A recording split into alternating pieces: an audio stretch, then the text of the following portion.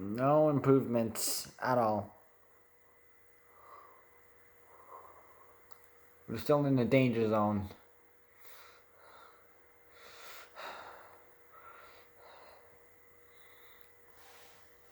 Oh, yeah. It's lockdown 2 day 11.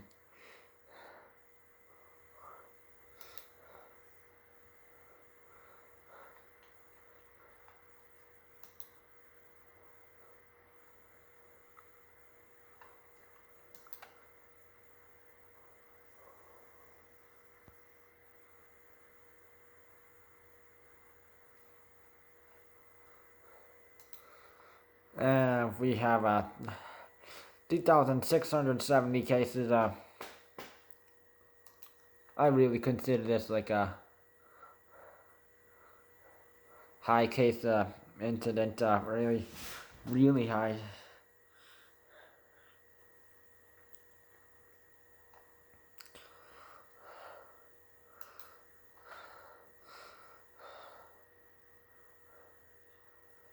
So, Toronto, Peel Region, and York Region are still in jeopardy with high case. With the Peel Region and York Region in high cases, and Toronto in severely high cases. So 1,016 cases are from Toronto, 613 from Peel, high cases from Peel Region, 519 high cases from York Region, 214 from Ottawa, 196 from Durham Region, and 161 from Hamilton Region, and 157 from Halton Region. So Hamilton's back on the list again. And Halton Region is still riding that danger, the high case of the. And Ottawa's and the Durham Region is still on here since that, you know. So all other regions reported under. We're back to under 150. So thank you. We were really dangerous yesterday with us 175 under, which is just disastrous. So 15 deaths, more deaths have been reported.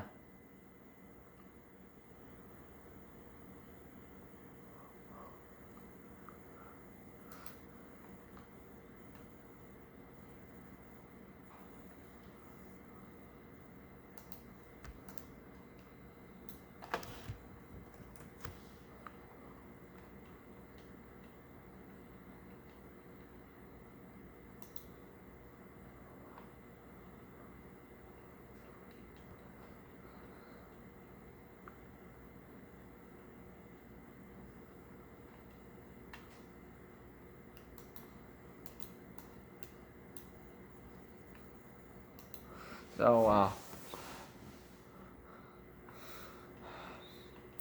variant cases, yes.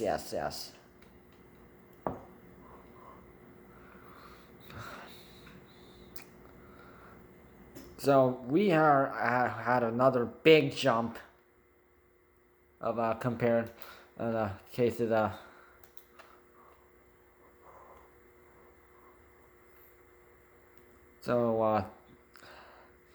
So this means that we are really in trouble right now. So the UK variant is our biggest threat, with cases at 20,487, which is a plus 3,947. So so that's almost a plus 400,000. It's a big jump.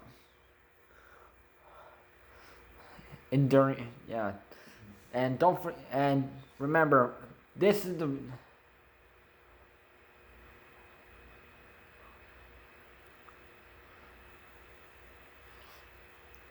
This is the variant that got us in the lockdown.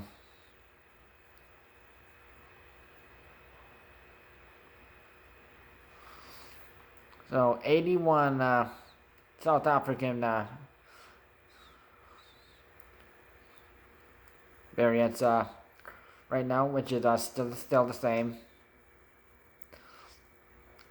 unchanged, and 143 Brazilian variants, which is a +3.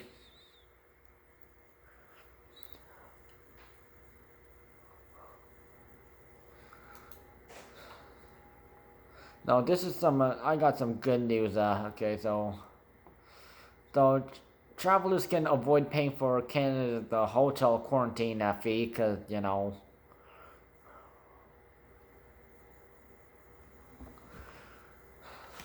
there's apparently travelers entering Canada by air, like by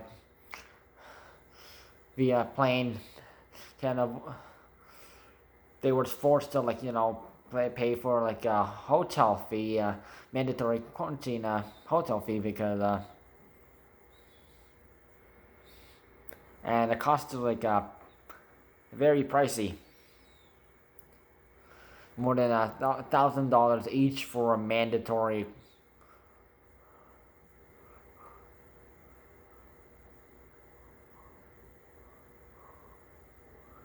So the government is now providing free accommodations at one of the most comfortable spots on Toronto's airport strip. So all the people arriving from outside Canada need to tell health officers that they can't afford the 3-day package at one of the 19 hotels enrolled.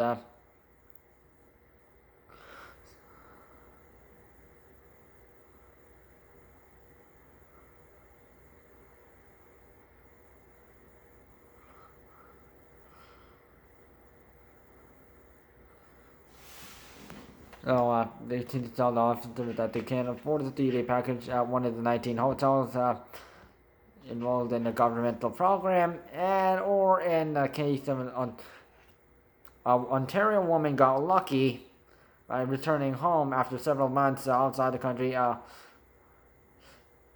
it took was the original hotel to mess up the reservation, and they didn't have a room ready on arrival.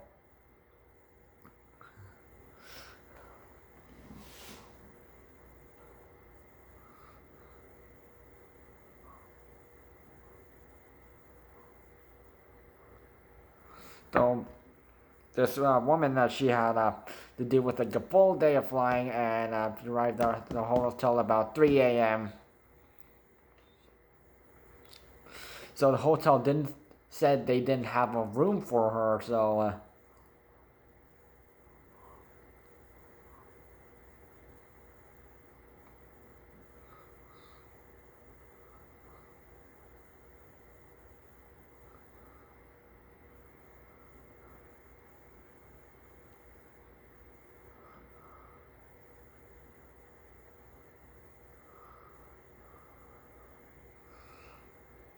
but however, like the government apparently other hotels so apparently people can't wait in the lobby, because if you're they assume everyone has coronavirus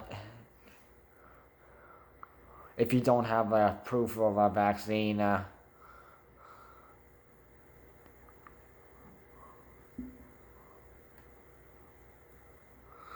But she was taken to one of two hotels that are not part of the government's voluntary quarantine program. So so what these places are is like they're like intended to house travelers who have tested positive coronavirus, who did not have reservations or have declared that they don't have the money to pay for a hotel. So yeah, so they're.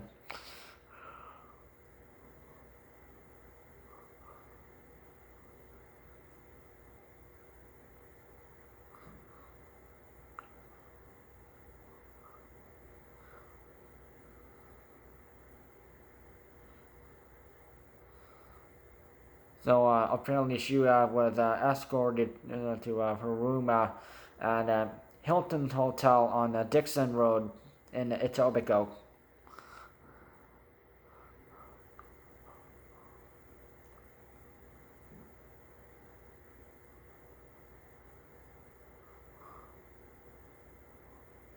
So there's the Hilton Hotel on Dixon Road, and the other designated governmental facility is the Radisson Hotel, which is a few blocks away. And so these hotels, like under they're under 24-hour surveillance, and they're ringed with temporary metal fencing and all black plastic sheeting to conceal activities behind the fence. So yeah, they're really secretive. So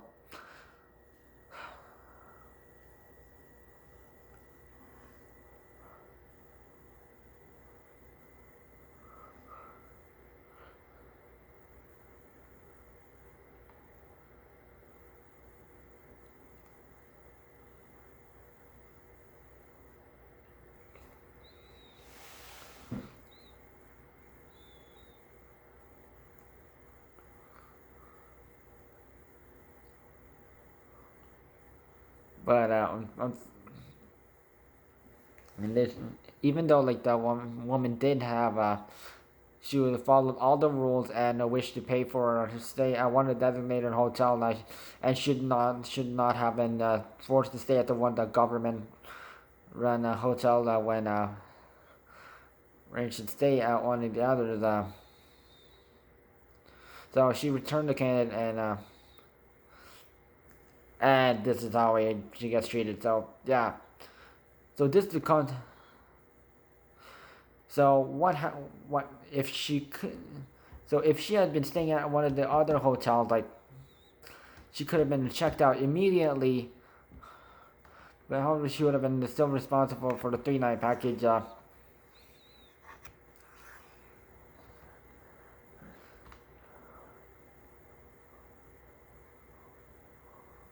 So, but at these special hotel, she in the health in the Hilton Hotel in this case, the specific one, that she was required to remain until a federal quarantine officer released her. So she arrived on Saturday, had her test result on Sunday, but but were not permitted to leave the hotel until Wednesday. Because if she stayed at like one of the that hotel that they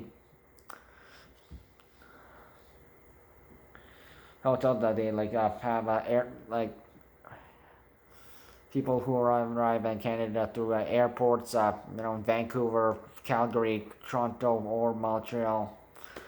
Yeah, yeah, all the people, all the like that person needs to do is quarantine for in that designated hotel 3 days, be out, done.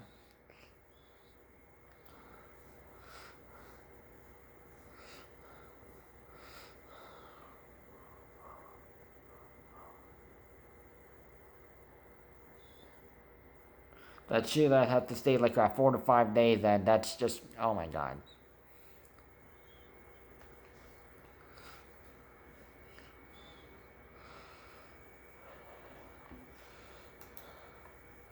And my the other thing I want to talk about is ICU pay.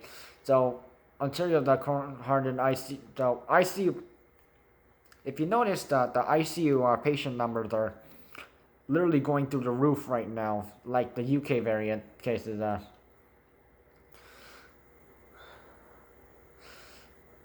So for the past few days, the UK variant, though the ICU patient numbers um, been gone higher and higher and higher and beat the previous records.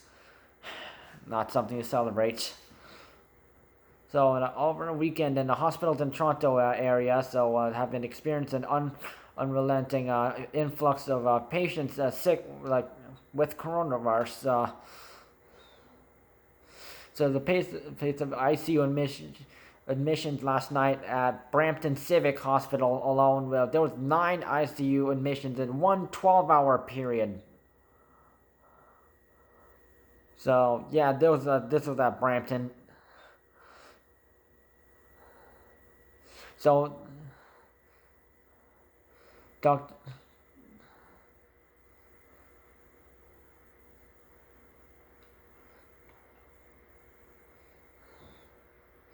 Doctor, doc, so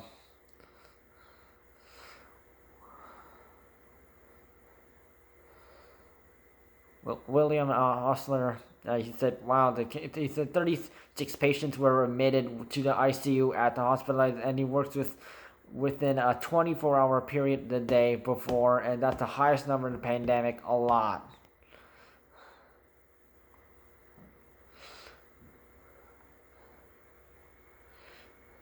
So, president of the and CEO of the UHN, University Health Network, they work with Toronto General, Toronto Western, and Women's College Hospital, and Mount Sinai Hospital. So, Kevin Smith, he said it's the most challenging wave, and these are the most challenging days that we've seen from the pandemic. And unfortunately, the next 2 weeks will be very trying. So the health system is attempting to make room for the flood of patients as cases rise, and elective non-urgent surgeries have been postponed again. So people who actually need to get surgeries and other treatment haven't.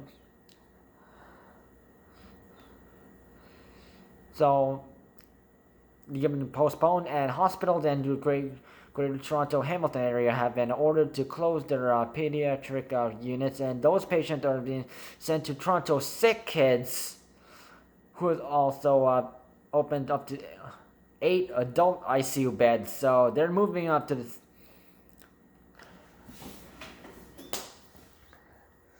Yeah, but thing is with Sick Kids, if you are like over as soon as you turn 18, and that's the last time you actually ever go to Sick Kids, unless they do like a certain things that they don't do at other hospitals. So yeah.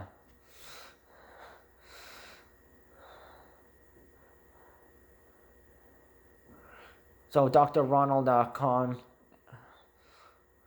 of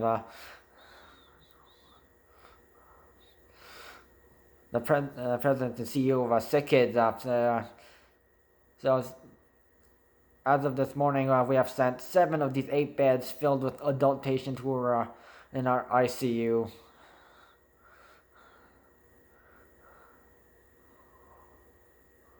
So Health Canada reported that the percentage of patients in ICU who were between the ages of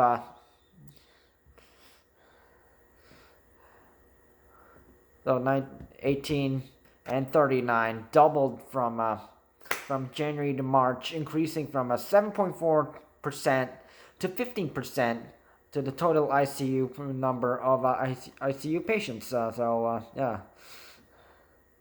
These patients being being younger and healthier have a likely better chance of surviving longer. While that's good news, it also potentially have even a longer strain on the healthcare system while patients have battle severe illnesses for longer.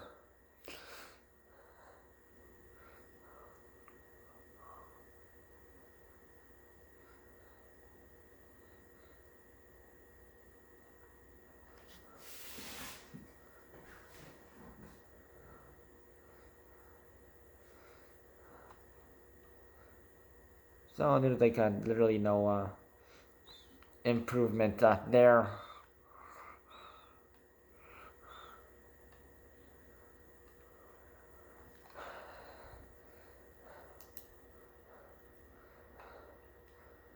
Which leads me to today's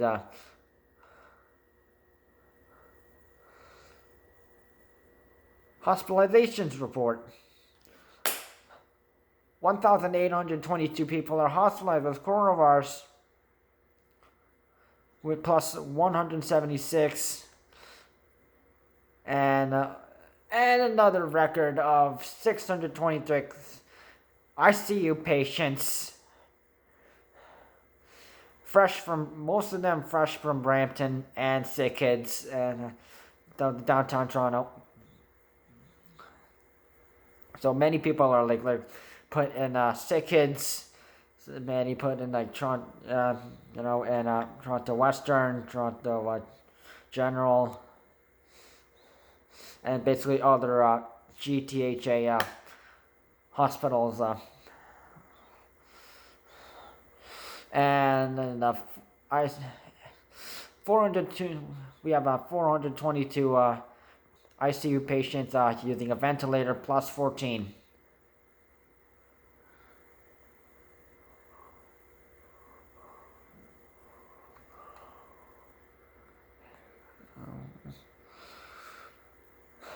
Oh my God.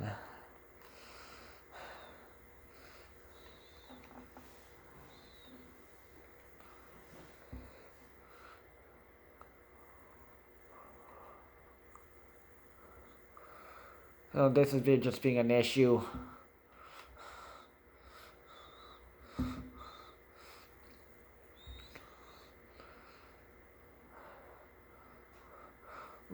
So long-term care home death is still at 3,755 since last Monday.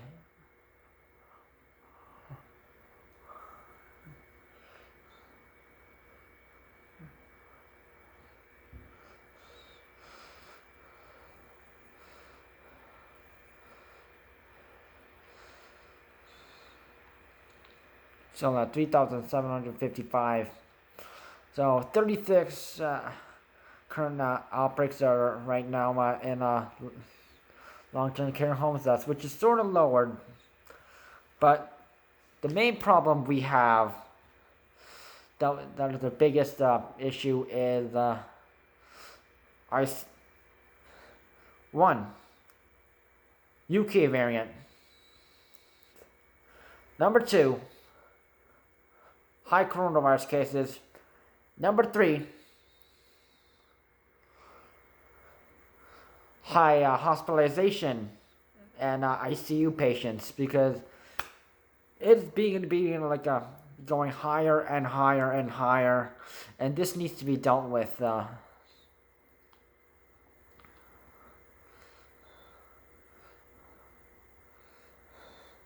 Because now this kid's send patients to sick kids and that makes it also worse for also a heavy thing for sick kids to handle.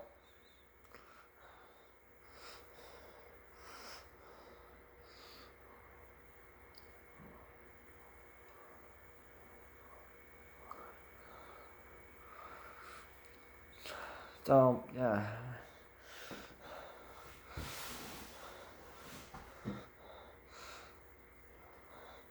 But this is like when things that really need to take this serious and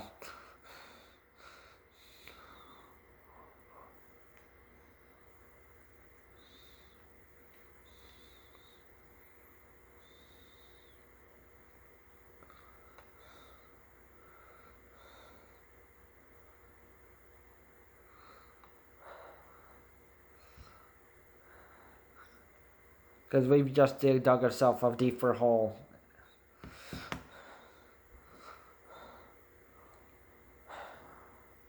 So please follow coronavirus safety rules and regulations, lockdown regulations, stay-at-home rules, and